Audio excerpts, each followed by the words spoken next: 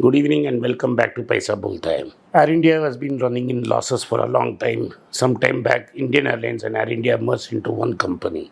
This was into serious trouble and the losses accumulated.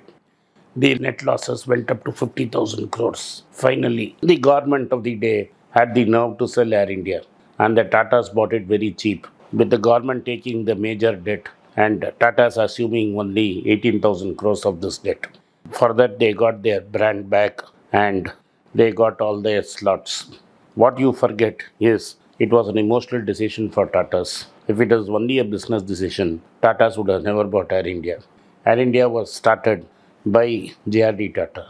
In an interview with Malhotra, if it is available in the YouTube, you can go and take a look at it. JRD said, in my life, I can take credit for only one company, and that company is Air India. I did a damn good job of running it. Air India was started as Tata Airlines in 1930s, and it was snatched from the Tatas in the 1950s. Even after Air India was nationalized, till 1977, JRD Tata ran it professionally, and Air India had no problem. All Air India's problems came after 1970s when succession of public sector IAS officers tried to run Air India and ran it to ground. So finally, if there was somebody who could have saved Air India, it was the Tatas. The Tatas got a old airline with no proper airlines, with one third of the fleet in the ground because spares was not available. So they had to find spares to get most of the planes available. They had a very old and demotivated staff. It had two unions, the old union from Air India and one of the Indian Airlines, unions who didn't want to work. The government also had put out a condition that you could not give them a VRS for after a waiting period. After Tata's took over, they assembled a team from all over the group, put people in HR, customer care to give and to start to repair this airline. I had the fortune of traveling through Air India after the Tatas took over. When I spoke to the staff, I found to my shock most of the staff were contract labor who have been contracted by the government and have served for at least 10-15 years. And they were not getting the high pay that the unions were getting. And they were rather happy that the Tatas took over. The working conditions had improved, their salaries had improved, and they were treated with proper labor relations for the first time in their life. Most of the crew there told me the problem was with the pilots and a very small section of them who were permanent employees and creating all sorts of problems. And what most important, they said, the people who did not respect Air India, the clients, started respecting Air India after the Tatas took over. This is what Tatas inherited. But Tatas had already invested in Vistara, which is a joint venture with Air India, and they had also had Air Asia, which the foreign partner went bust, where Tatas were running it. They decided that they will merge all their airlines into two. There will be an Air India, which is a full service airline, and there will be an Air India Express, which will be a low cost service. Vistara would merge with Air India, and Air Asia would merge with Air India Express. They also negotiated with their partners, Singapore Airlines, to take a 24% stake in Air India. While this was going on, space, a separation plan was formulated, VRS given, and a certain amount of staff left. The remaining staff decided to continue with Air India.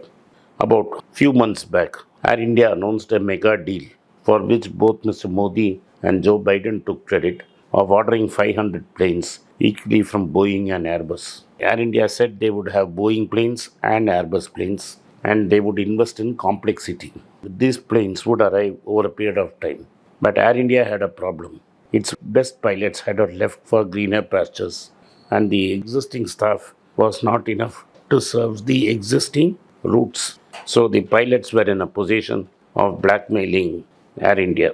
In this scenario, Air India put out a new contract, asked its pilot unions to sign it. Most of the cabin crew and other staff signed it because it was good for them, as they had told me. A small section of pilots refused to sign it, saying they were losing seniority and losing perks. And actually, on April 17th, the Tata offered a revised pay package.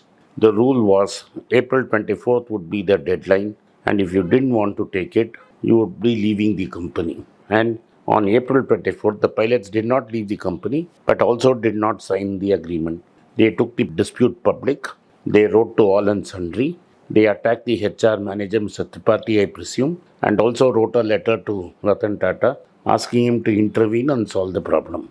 What had happened is the Singapore Airlines, their equity partner, lent them Mr. Campbell, who was running Scoot, the low cost airlines in Singapore, to come and run this company, and he took over the running of India operations. Before that, they tried to hire somebody from Turkey, which the government of the day refused to give permission for security clearance. But the whole idea of the union was to sabotage Mr. Campbell's effort. And this went on. Fortunately for Tatas, on the 2nd of May, because of a dispute with an engine manufacturer, Go Airlines decided to file for bankruptcy. And it was very difficult to see how Go will be able to return to full flight because simply they did not have the airlines. Tata quickly saw that there was an opportunity. They put a team together and announced the very next day that they will take anybody who walks in, and walk-in interviews were organized in all the metros and most important places like Bangalore, where there was Go flight at first. Then, to the surprise of Air India staff, there was a big queue going outside the hotels where people were queuing up to join. And so they quickly put stringent terms and started taking people whoever wanted to join, clearing medical tests and making them apply for licenses. It is suspected that more than 700 pilots of Go Air have crossed over and joined Air India. As far as the Go Air pilots are concerned, the Tatas represented greater security than Go Air, which is owned by the Vadias. So, when such a huge, humongous crowd of people joined here, the existing pilots got extremely scared that they will be let go of and there will be no problems. They'll get a golden handshake and thank you. Most of these pilots didn't want to lose their job and they were posturing. On May 10th, the HR department of Air India decided to renew the offer and said we will give you 2 days time to sign.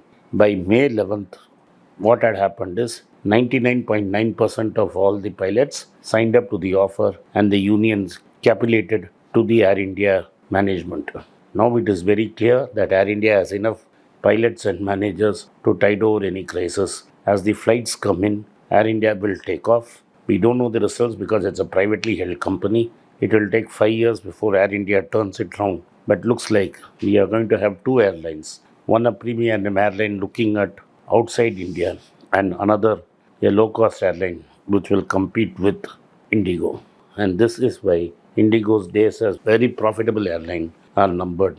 Thank you for watching पैसा बोलता है. आपने इस podcast को सुना, इसके लिए मैं आभारी हूँ. If you like this video, like my video, press the subscribe button and turn on the bell notification.